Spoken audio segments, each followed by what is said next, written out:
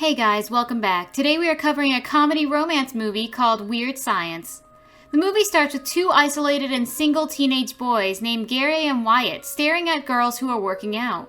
The boys are talking and fantasizing about them. In their fantasies, they are partying and having little night lives with the girls. As they are daydreaming, two older mean boys enter the hall and stand behind them without telling them. They start smirking after hearing Wyatt's and Gary's absurd make-believe scenarios. After that, the boys standing behind there pull the knickers down. The girls stop working out for a bit and look at them. Wyatt tries to apologize, but Gary puts his hand on Wyatt's mouth and they leave.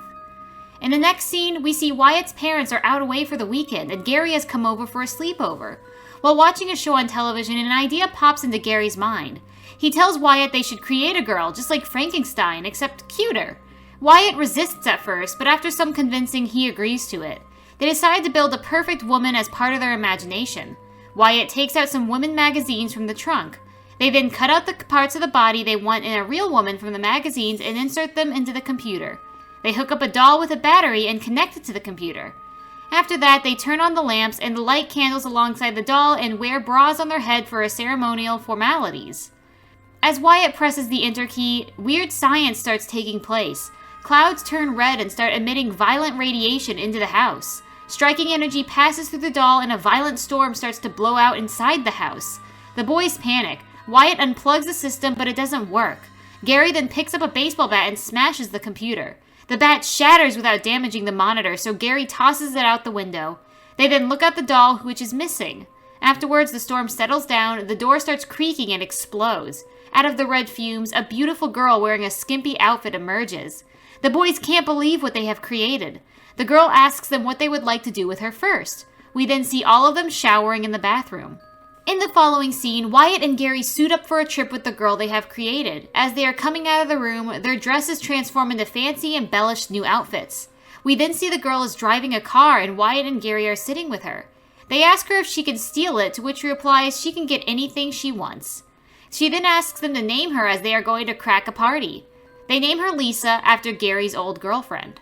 They enter a club where the crowd looks at them. Gary says they don't belong here as they are not old enough to party at a club. Lisa hands them over fake IDs stating they are over 21. She tells them to just go out there and mingle. We see Gary and Lisa sharing a table with a group well above their age. A man sitting there offers Wyatt a drink. He drinks it hesitantly and after being drunk starts venting how much his crush broke his heart and humiliated him. While joking and battering with the older dudes, he falls on the table. Lisa told Wyatt to hold him up and leave for the house. On their way home, Lisa inquires what Wyatt is going to tell his brother about her. He tells her not to worry. She insists that she should think of something because his brother is a bully. Next, we see Wyatt's older brother named Chet berating him as he's skewed and late. He threatens to tell his mom and dad unless Wyatt agrees to pay him $175 in cash by tomorrow morning. Going upstairs, Chet once again encountered Wyatt holding up Gary and starts tormenting them. Wyatt puts Gary to sleep and comes outside looking for Lisa. She comes from behind and starts kissing him. The next morning, the boys wake up from their nap. They start questioning whether last night was a dream or not. Meanwhile, Lisa is preparing breakfast. She calls them down for brunch. Wyatt, dressed in Lisa's clothes, comes downstairs to the kitchen. He tells Lisa she doesn't have any money to pay Chet as he promised, so she should do some magic or get it from somewhere. Lisa advises him to take a stand against him as it's affecting his sex life. Chet enters the kitchen and asks for his money. He explains to Wyatt that it's beyond payment now, and he will take his VCR as payoff. Later in the day, the pair goes to a mall with Lisa. Being confident, they talk to a girl on a counter without any shyness. In the meantime, Lisa is shopping for lingerie. As they are waiting for her, the same old mean boys named Ian and Max spot them and spill their drink on them. Afterwards, Ian and Max see Lisa on the escalator. They follow her on her way out and introduce themselves to her. She tells them she's waiting for her ride. Gary drives up in the car, stops at the entrance, and calls Lisa to get in. Lisa gives a kiss to Gary and hops inside the car. While driving away, Lisa invites the boys to a party at Wyatt's house and asks them to pass the word around. Gary gives her a kiss and drives off. Wyatt, being scared of his parents, requests Lisa to call off the party.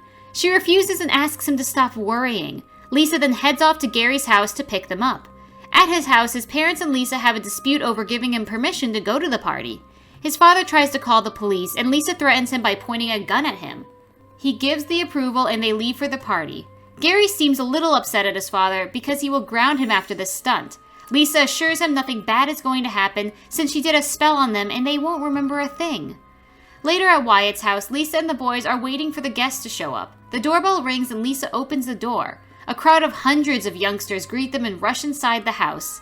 After witnessing this, Wyatt anxiously falls to the ground. We then see people dancing, drinking, and Lisa serving them food. Ian and Max, with their girlfriends named Deb and Hilly, join the party. Meanwhile, Wyatt is having stomach problems and Gary is accompanying him upstairs to the bathroom. Deb and Hilly wander around the house and knock on the restroom door where the pair is hiding. Gary opens the door and closes it immediately after seeing the ladies outside. The girls want to come in, and after a moment, Gary lets them. They start chatting and introducing themselves. Wyatt and Gary can be seen nervous as they are standing voiceless and shaking. The girls ask the pair to excuse them for a moment. Wyatt and Gary go to one of the showers, giving the ladies some space. They get a feeling that the girls are into them and decide to score some points.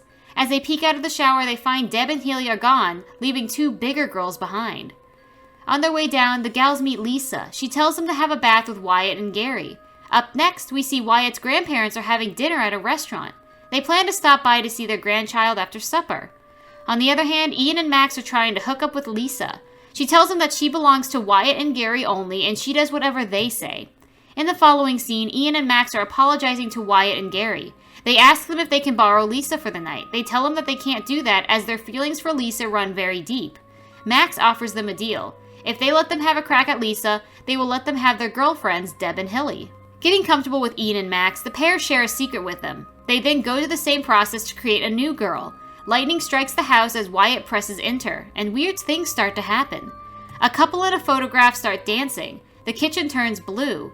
The air starts sucking everything out of the room through the chimney. The wind is so hard that it also pulls a girl and throws her out the chimney into a lake. Ian and Wyatt, being scared, are seen hidden beneath the table in Wyatt's room. After the situation is settled, though, the guys get up and see a woman standing in the dark. She turns on a light and turns out to be Lisa. She tells Gary and Wyatt in their despicable attempts to show off, they forgot to hook up the doll. Instead, the wires are connected to a nuclear missile which is on the front page of the magazine. A jet of spark passes through it. Immediately after, a nuclear missile emerges from the ground, hitting the roof. We then see Wyatt's grandparents enter the house and slamming everyone. They meet Lisa and try to call the police. Lisa freezes and puts them in the closet and later shows them to Wyatt and Gary. Lisa wants the boys to be more courageous, so she devises a plan. As she executes her scheme, a group of wild motorcyclists rush into the house. They move around the house all over the floors and start shattering everything in it. Oddly enough, a weird mutant head comes in with a chained girl and fires a gun. Other mutants start getting rowdy and harassing the guests. Lisa goes to Wyatt and Gary, who are hiding in a cabinet, and tells them to deal with the intruders. She further adds that it's a perfect chance to be a hero. They refuse to come out, and in the meantime, a beast comes in, trashes the closet, and pulls Wyatt outside. He then points for Gary to come out as well. The head mutant asks them if they are hosting the party, and he starts mocking and humiliating the pair, and everyone laughs. The freaks then grab Deb and Hilly. The boys can't tolerate it any longer. They walk up to the head mutant, and Wyatt asks him to keep their hands off the girls. Gary looks into the eyes of the beast and tells him to let go of the girls, apologize to all of the people, and gets out. He then points the gun at the weirdos' faces. The mutants let go of the ladies and leave the house. In the next scene, we see Wyatt in a room with Hilly. They talk about the weird things that happened tonight, all while Gary and Deb are having a conversation in a separate room. Deb asks Gary about his feelings for Lisa and how she would be compared to her. He tells her that she is everything he wants in a woman, but it was before he knew what he wanted. He now wants Deb, and if he could do it over again, he'd make a woman just like her. Deb smiles, and they start kissing. The next day, Chet comes back home. He sees the mess inside and starts looking for Wyatt when he comes across Gary and Deb sleeping in a room. Meanwhile, Wyatt and the Hilly are taking a nap when Chet enters the room and starts scolding his brother. He wants an explanation. Wyatt requests Chet to just let them find Lisa and she can explain everything. Everyone then goes downstairs to the kitchen. Lisa tells him the whole story, but Chet isn't believing it. He then opens up the closet to find his grandparents being immobilized inside it. Lisa then tells the boys to get the girls home, and as they leave, Lisa talks with Chet. She wants him to promise her that he'll keep his mouth shut about everything that has happened during the weekend, or else she'll make him understand the hard way. Afterwards, we see Gary driving at high speed, beating a police car in a chase. Meanwhile, Wyatt drops off Hilly to her house. They both share how they enjoyed spending the night together and start kissing.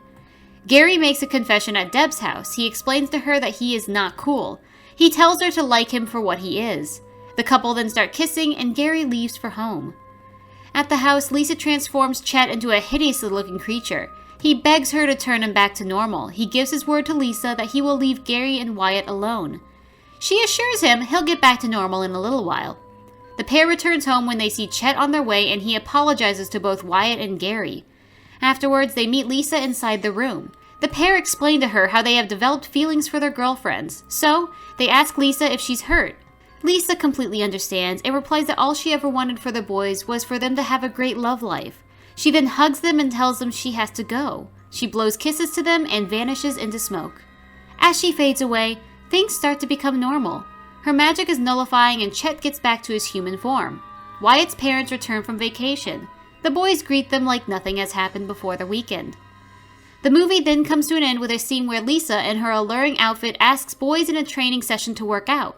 The boys can't resist her beauty and fall down in admiration.